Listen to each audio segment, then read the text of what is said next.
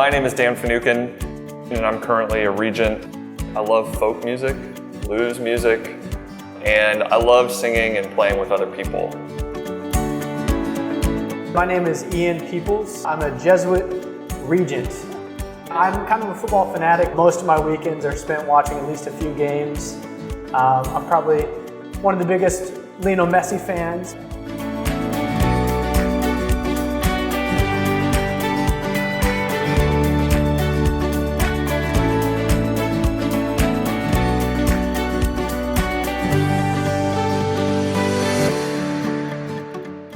Hello and welcome back to MagisTalk. My name is Dan Finucane and I'm joined by my good friend and co-host Ian Michael Peoples. Got the middle name today. Today we're also excited to have Miss Tina Cuellar on the show. Welcome, Tina. Hi, everyone. Tina is the director of Project HEAL at St. Martin de Porres School here in Belize City. Project HEAL is a program designed to offer counseling and support to students, families, and teachers at Martin's. And so we'll hear more about that program as we go along. So Tina, again, welcome to the show. I'm excited. Nervous, but excited. Well, that's okay. I always get a little nervous at the beginning of the show. Being around Ian makes you nervous? Well, Kind of intimidating. I really am. Yeah, no, our viewers know that. this may not be the time or place to talk about that. But yes, he does. No, just kidding. Tina, was you were comparing yourself to Brian and hoping you could live up to the status that Brian has set. Big shoes, right? big shoes, big shoes, big Yeah. shoes. Big You were also smile hoping shows. you wouldn't sweat as much as Brian. Definitely, definitely. Brian, we love you. Well, very good. Well, we always begin our interviews by asking what role faith played for you growing up. So for you, as you were a kid growing up and a teenager, like what role did your spiritual life, faith play for you? I think as a kid, when I read this question, I think primarily I go back to my mom. I think my mom was the epitome of where my faith started. We grew up Catholic, but it's not just the fact of us going to church. Like, she led by example with it. That's a large part of it. She worked at all Catholic institutions. She eventually worked at SJC as the first female assistant headmistress. And that's always, I make the joke, that's where my life started with the Jesuit community, because I was in high school and she would be working long hours and we would be there after school, and we started meeting Father Stokel, Father Pearl. And so that's really where a lot of it began. But when I think of my faith personally, it was learned behavior through her, to see how she incorporated the church, the priests, her community throughout her life. And so my sisters and I picked it up into. Did she ever work with Father Tim Thompson by chance? Yes, she did. Well, rest in peace, Father Tim Thompson, who passed away just a couple days ago. Yeah. So we're definitely praying for him. Please pray for him as well. What a great servant to Belize. And so your mom was at SJC High School for a while? For high school, she started off as a Spanish teacher, and then she eventually became the assistant headmaster, but she was the first female, and she was shorter than I am, tiny little thing. Made dating a whole lot harder for me in high school. But I mean, I think a lot of the people my age older always talk about her, that she was a force to reckon with. She was firm but fair. There was like two synonymous words with her. And so I think that's where that journey started and continued, because I think after that I went to SJC Junior College and I went to St. Louis University, and I came back and worked for SJC, and now I'm back at another Jesuit affiliated organization. Got to point out that you're a fellow Billiken. Yes, I am. We're Called both- Billiken. we're both What's a Billikens. billiken? Can you tell us what a Cutest billiken animal is? ever. That's right. It's an animal. So it's an animal. To me, it I always is. thought it was a demon. No, Look up St. Louis University Billikens and tell me that's not a demon. no, cutest animal ever. Although a few years ago they had an ad campaign that said, "Let your Billiken roar." And I didn't know the Billikens roared because they're kind of cute. They were kind of cute. You know what roars? Demons. Demons don't I don't roar. know. Demons A don't billiken, it's a made up animal, but it is cute. It is cute. It is. So you originally started. I didn't know you worked at SJC. Yeah, I was back probably, I came back maybe like the June or May, And I had just finished my bachelor's in psychology. And at that time, I think Rick Bateman was there, redheaded guy, really nice guy. And he called and I applied for the psychology teacher position. Then he called me, he goes, well, actually the counselor position's open. And I was like, it's a bit of a challenge, but I kind of jumped in and I was there for almost 8 years. Yeah. So I started off as the junior college counselor. And as management's changed and presidents changed, they merged both the high school and the junior college counselors. And so then I became the director of the counseling center that they had there. Prior to this invitation, this opening, so providential, I would say, were you drawn to counseling already? Is that why you studied psychology? Or? Before, actually, when I started the junior college, I took computer science. Weirdest thing ever. I failed it miserably and realized, that's not going to be my cup of tea. And so I switched to what they call general studies. And I took my first psychology course and I was in love. And the rest was history. And so when I came back, I started my master's program probably less than a year after at the University of West Indies. Okay. Now, what was it about counseling that really kind of lit you up? What made you fall in love with it? You know, it's funny. The last 3 years have been quite a bit of transition for my personal life. And whenever somebody asks me, okay, what still gives you purpose? Where do you feel most fulfilled? And I'll be honest, getting lost in somebody's story for an hour, like sitting with a client and being present in every way and in every capacity, because what that person experiences, they're so brave and they're so, takes a lot of guts to sit there and be so vulnerable and be so naked and say things in their heads that they may have never said to another person. So what it does for me, it feels a sense of belonging. I always tell my clients, it's a pleasure to walk that journey with you because you're allowing me in, you're inviting me in. Yeah, well, it's humbling. It's humbling to be in those spaces. Yeah. And as you said, it takes so much courage to open up, especially for things where, no one has ever heard that story before. Yeah. And particularly if it's a difficult story. We started the show by talking about Project Heal, and eventually you moved on from SJC. And did you go directly into Project Heal, or was there an in-between? There was an in-between. Luana, who's your great friend, pulled me into where she was at the time at Restore Police. Okay.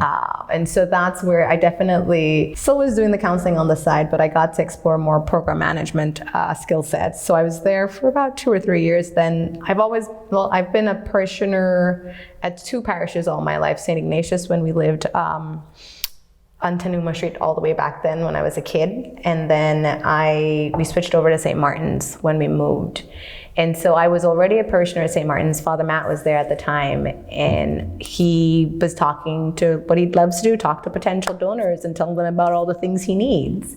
And I think one of the consistent concerns or cry or desire from the school, the teachers, and the community was, we need a school counselor for ourselves. We need somebody just for our kids, considering what they're experiencing. So he had approached me with the potential donors, and that's how the relationship started. It was supposed to start just with counseling services, but over the years, it's expanded to about 4 to 5 different programs under Project Heal. And prior to Project Heal, did Martins have any sort of counseling support? No, they didn't. Oh, so this really was starting something from the ground up. Absolutely. It was me, a desk, and a laptop for quite a bit of time. Wow. Yeah.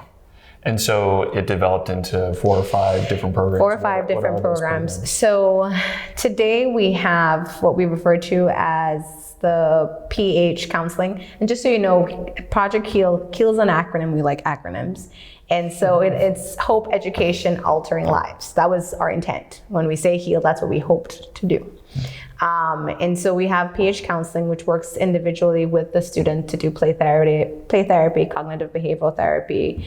I have 2 counselors that work with that program, and I do the supervision for them. So we meet regularly to kind of see what's going on. Since COVID, we actually now incorporate life skills with the children, because what ended up happening is that we wanted to figure out how we can reach more students. So instead of doing the individual work, we've been doing and going into the classroom and doing life skills.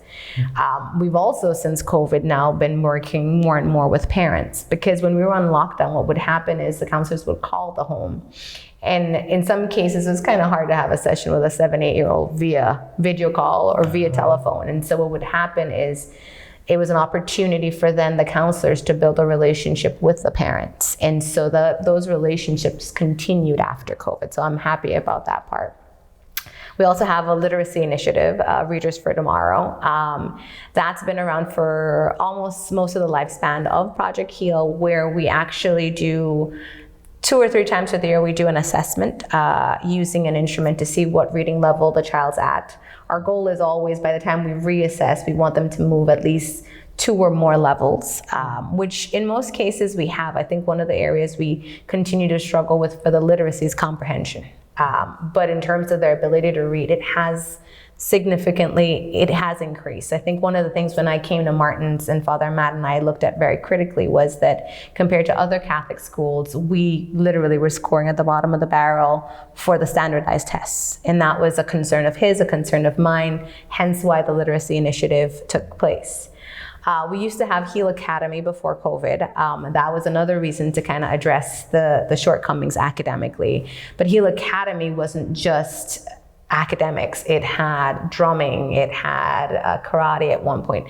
It always had some extracurricular component to kind of create a balance for the child. And so we picked a particular grade and we would work with the children after school, Monday through Thursdays, and over the summer break too as well.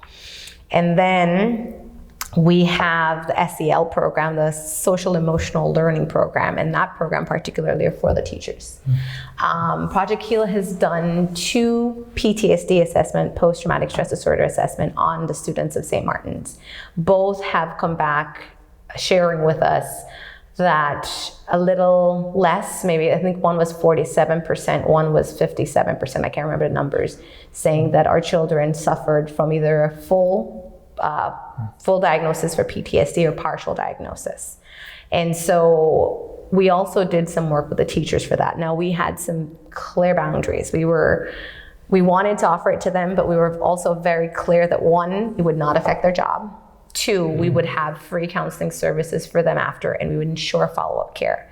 I think one of the things when it comes to the stuff with the PTSD, and Father Brian and I have had conversations about this even before I went to SJC, is that while it's really great to understand what's going on, if you don't have the follow-up care, it's really unfair to those individuals, both the teachers and students. And so when we decided to start the work with the teachers, we weren't really sure what we were gonna get involved with. Like, some teachers are from the neighborhood, some teachers are not. But what we found was they needed some care themselves. And so we have invested in working with them, particularly to kind of increase their emotional intelligence, to provide free therapy sessions for them, and also to work with them in some group settings. So that program is ongoing. And then the last program came along when we realized after HEAL Academy, it didn't feel like we finished with the students. At that point, they were getting ready to graduate, but the work still felt undone. And so we introduced another program called ETBO, which is Ensuring They Beat the Odds, which was basically to take the graduates of HEAL Academy through high school. It's a holistic program because it's not just about saying, okay, I'm gonna pay your tuition for your school. It's about meeting with the family, sitting with the family to decide what they can do, what we can do, how can we work together to provide the best services so that the child is successful in high school.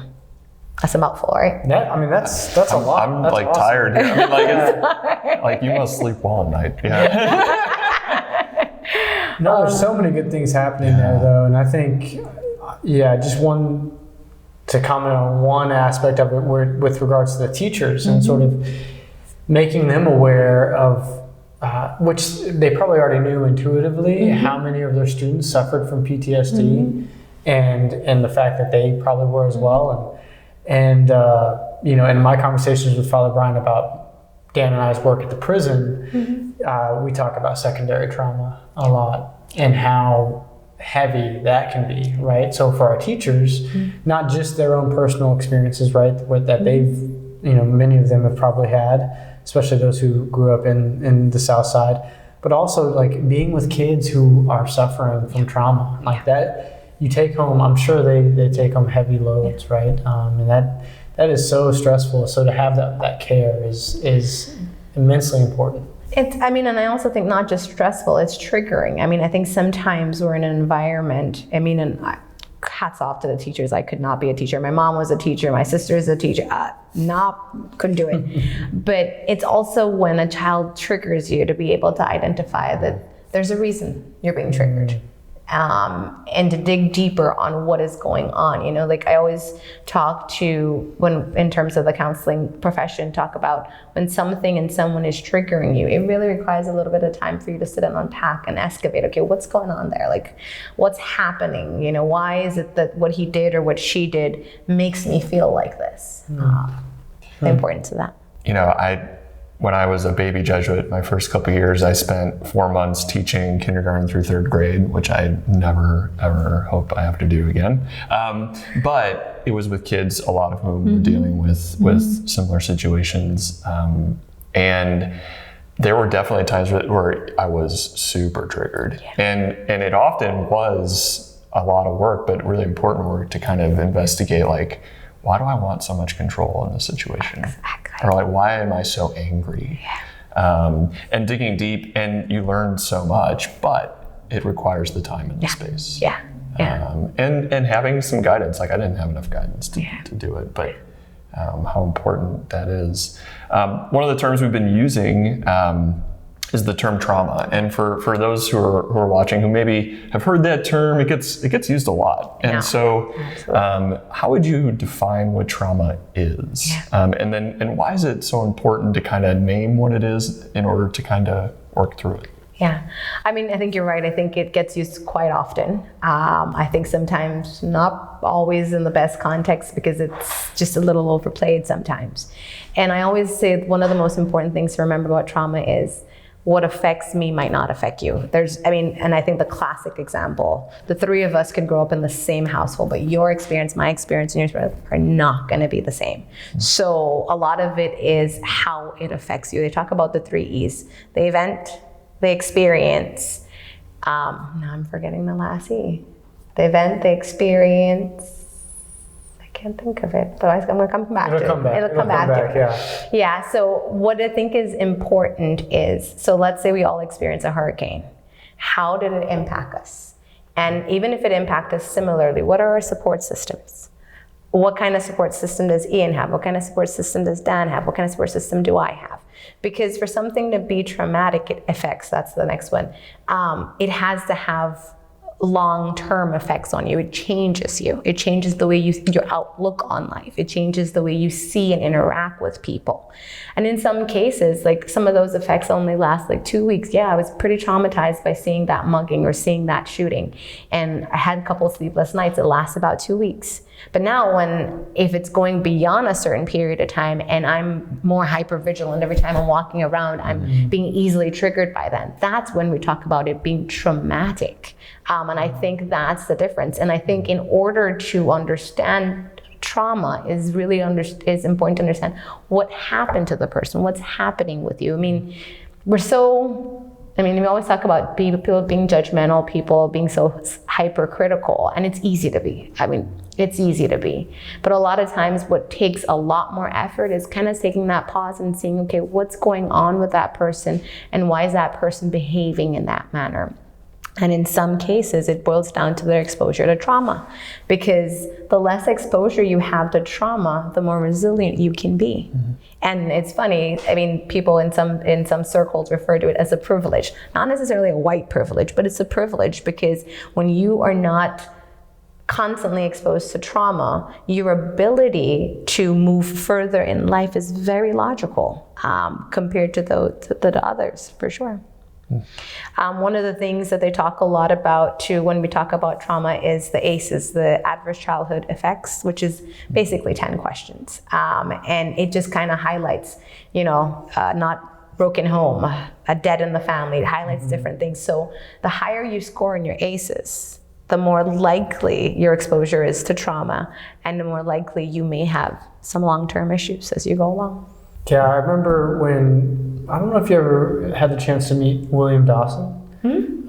So he was the former director at Wagner's Youth Facility where I work, and he actually provided the ACEs. He had an evaluation done for all of our guys. All of them scored like off the charts, basically, with with this stuff. And And you see it, right? You see it because I think the hypervigilance, right? It's in some ways it's counterintuitive that the hypervigilance would mean that you have less resilience, right? That's a little counterintuitive to me. But I think that might be because like the hypervigilance is almost like you're walking on eggshells. So in a sense, you're moving slower, right? So the resilience to endure maybe long term is harder to do. It is. Yeah. No, it is definitely. And I think and I like the comparison about walking on eggshells. I think we spend sometimes so much of our lives depending on the exposure to trauma because there's complex trauma, there's generational trauma, there's so many things that can happen that didn't even happen in our lifespan, and it becomes part of our DNA because it changed the trajectory. I mean, now you're getting to places where you can literally see it in the brain scans, where you can see that based on your exposure to trauma, how your brain operates differently. And so when somebody comes to you and they're telling you, well, this is what makes sense to me, this is what makes sense to me, and you're like, are you kidding me? What's wrong with you? But it does make sense to them. It does. And fighting against that grain sometimes I think can actually create more problems. It's more along, can I understand? Like, help me understand, what do you mean by that? And that story might actually be how they've survived. Exactly. And made it through. Exactly. Yeah. Exactly. Well, I mean, one thing that brings to mind is a conversation I had with a young man at Wagner's the other day. Very smart young man, like also is facing serious charges, and we were talking about the nature of self-defense and what he considers to be self-defense, which would be almost like, proactive self-defense, right? Or preemptive self-defense in a way. And I was trying to say, well, that's actually not self-defense. He's like, well, it is to me. It is to me, right? But that's a survival mechanism, right? Yeah. A lot of it. And like to try to explain to him, I probably should have listened more. It was a three-way conversation. So there was another person in the room. So it wasn't just completely one-on-one, but yeah, he was just saying this makes sense to me, right? Yeah. And I think that's it. I think when you meet somebody like that, it's kind of like, help me understand, and that, again, I think in therapy, that's when I feel stuck, that's always one of the things, like, help me understand, like, this is, I don't understand, help. And sometimes I think that becomes the next problem, and even if you may have asked them in that question, because our emotional intelligence is limited for a lot of people, because we don't take a class, we don't go to school, and it's not like math 2 + 2 = 4. We don't learn how to say, well, I'm really hurt by what you did, or I'm disappointed by how you feel, or even having the ability to cry and have some form of emotion. I mean, there's so much cultural context to it, I always say this, and I know I kind of stir feathers because it's geared more towards women than it is towards men, but I think one of the things when I've done some of the trauma work with the PTSD stuff, and you see a lot of the sexual violence, and you see a lot of the trauma done by men to women, I always go back and I say, okay, but we're the mothers. Okay, let's talk about how we're raising them. And I mean, and it ruffles feathers, and I get that. But I also think it's something that requires a more critical look. I don't think it's easy to raise a boy. I think that, especially in the Belizean context, because I think there's a lot of pressure about machismo, and you got to be a boy, and you can't cry, and you're not supposed to have feelings, and you're supposed to be tough. And so I think there's a lot of struggle with what it means to be tough versus what it means to be human, because a man has feelings and emotion just like any other human beings. But that's a whole other topic, and I could talk about that for a while. That'll be our next episode. I think in a lot of ways, anger is the only acceptable emotion. Exactly. Yes. For boys and for men, and it's so destructive, right? Not only for other people, but especially for themselves. Exactly. That's the way I've described my work at Wagner's to people. It's watching these young men run into the same brick wall over and over again, right? And it's just, and like my heart breaks for them, right? It's so sad. It is. And you try to tell them, hey, you can go around the wall, and then they just circle right back around and back into that same wall. They know they don't know any and other anger way. is a lot of the times sort of the driving force behind that brick wall. Definitely. Well, maybe a broad question, but I've really enjoyed this conversation. How does faith play a role in your work at Project Heal? I think. How does your faith play a role? Well, I think for me, faith for me is trust. I can't, because I kept on toying with that question. I think a lot of it is trust in God, trust in another person. I've always felt, no matter how, and there are some people that are not that fabulous out there, at the core of it, there's goodness. At the core of it, there's something that's godly and present in that person. And I think when I think of fate, I think about having that trust that no matter who I come across or who I interact with, there is goodness. That I have faith and I have trust in God that there is. And I think one of the things that I do see working within the community at Martin's and just in other areas that I've worked, we do have a lot of faith. I think it's what sometimes keeps people going. It's what pushes that resiliency. It's the faith in God that He's there. It's like this everlasting person that will never fail us. Yeah, might be going through a hard time, but you got to have faith. You got to have. I mean, it's used so loosely so many times, but it's really what people feel. It's connecting a sense of safety and trust with the uncertainty. I mean, and who likes uncertainty? I certainly do not. I thrive in it. No, I don't. I really don't. But you can explain it then, Yeah. No, I mean, I think that's really well put, and I think of so often what you were saying about, somewhere even no matter what somebody has done, that there is still goodness. Absolutely. There's a phrase that I hear so often about, like, I really want to change. And I'm always suspicious of what that means, because I'm like, well, there's a part of you that actually is wonderful. Yeah. And there's actually nothing you have to do to access that. It's all the other stuff around it. Or there is stuff you have to do to access it. It's removing all of the stuff that's kind of built up over that. Yeah. That actions are part of, but also what has been done to you is part of. But so often it's actually like making the link between the trust that people have in God and then trusting that God actually believes in them too. Yeah. And trusting in themselves, And trusting in themselves. Absolutely. Yeah. It's funny when you say that. I've always, people talk about, doing the work in therapy. And one of the best ways I have heard before that another therapist used was excavating. Like and where you said that you don't necessarily have to change. It's excavating, it's unpacking, it's cleaning out stuff. Yeah. So it's not that at the core of it, you're not a good person and you don't have great qualities and you're not a lovable child of God. That's definitely there, but we kind of have to clean that yard a little bit, excavate that tunnel a little bit. There's a phrase I've been sitting with from Father Greg Boyle, who we've talked about on the show and does work with folks who've been in gangs, but talks about learning to walk in your own footsteps. To me, that's just a huge, it's an image that I think kind of communicates that. It's like, just learn to walk in who you are. And well, it also ties me back to the concept of unconditional love. And I think when I think of my faith and when I think of God, I think unconditional love.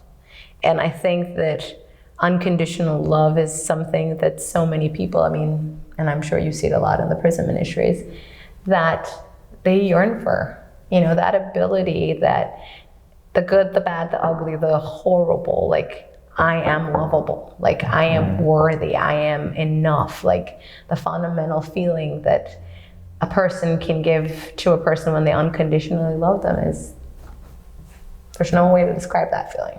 I think a lot of guys out at the prison, a lot of folks that Dan and I work with, they know up here sort of what God is supposed to be, right? Unconditionally loving, merciful, a father, right? They know it up here, but a lot of them haven't experienced it down here, right? And that's I think our desire is to help them experience it, because that's when it changes you, right? To experience unconditional love, right? To really come to have a deep sense of like, oh wow, no, God does love me, right? And because that's gonna whatever change they need to make, right? It has to come from a place of knowing that they are lovable, right? Absolutely. It has to come from that place. Yeah. Absolutely. Well, we have our final question, which traditionally we all answer. And Well, I don't want to put my answer out there right away, but it's a very debated question, one that people have strong opinions on. And it could be good for like people who do counseling and therapy, because like both of these things have something to do with therapy. Exactly. Yeah. So our question is cats or dogs? That's easy. Hands down, dogs. Okay. Hands down dogs, you have to explain. Why? Hands down, dogs. I grew up with dogs. I cannot imagine my life without dogs. I have 2. My sister has 4. My other sister has 1. The other one has 2. We grew up with them. I can't imagine life without dogs. They're now emotional support dogs, where literally you petted a dog and it's soothing, you rub their bellies, and nobody's more happier for you to come home than a dog. The cat doesn't have a reaction. The cat does not react the way a dog does. Maybe. But a dog, there is no warm welcome. So dogs all the way. All right. Ian? Well, I grew up with cats and dogs, but the cat that my family had for like 19 years, literally 19 years, her name was Angel. My little sister named her when she was like 2 years old, and we got the Angel as a kitten. And then proceeded, I think my sister like pulled her tail too much or something, and then one of my other brothers kind of messed with her. Angel really became a fallen angel. She was a little demon cat for 2 decades. And then my parents had to move houses, and they had to get an apartment for a little while before getting into another house. And they couldn't have the cat. So I think Angel went to the pound. And at the age of 19? At the age of 19. So she fell up with this like, God bless Angel. I think my parents are in time off purgatory for keeping Angel all this time. That's a long way to say dogs. Yeah, because we also had we had golden retrievers, we had Bernese Mountain Dogs, talk about unconditional love. I know. I think the love of dogs is a little conditional. We do feed them and give them homes and pet them, scratch them behind the ears. But they come back. Like if I had someone to scratch me behind the ears every day, I would love them too, Yeah. But I think dogs are all the way. It's I say to this day that it's the greatest sacrifice as a Jesuit. In Belize it's a little different because we actually have dogs here, but typically Jesuits don't have dogs. Yeah. And I'm sad about that. Dan? So he's a cat man. Growing up, Growing up, we did not have animals. My mom's line, research says that affects how loving you are, right? Your brain scans. that I'm more loving because I didn't have animals. So we would ask my mom for a dog, and she would say, I have 3, and she would point to my brother, my dad, and I. And we knew not to ask for cats because my mom hates cats. Had a dream once, I shouldn't share this story, but I will, where she blew up a cat in her dream in a microwave. So in a microwave. Wow. There's more stories I could tell about her hatred for cats, but I would have her on the show to speak for herself for that. So I didn't really have much experience with either, and because y'all said dogs, I'm gonna be on the cat side, just because I've had good experiences with a couple of cats. I've never had. I've made devil angel. Yeah, the fallen angel. I will say this: Dan is, I think Ernest is a cat we have at Mulatto Hall at SJC, and I think Ernest really actually likes you. Well, I think he tolerates me, but I think he likes you. Yeah. So my ex-girlfriend and I found a cat that she still owns. And I think that one of the things that she would say to me, and I think is actually true, is okay, with dogs, you don't have to really earn their affection, but with cats, you do. Now, some people never earn it, right? Most people don't, right? But I think there's a little bit of truth.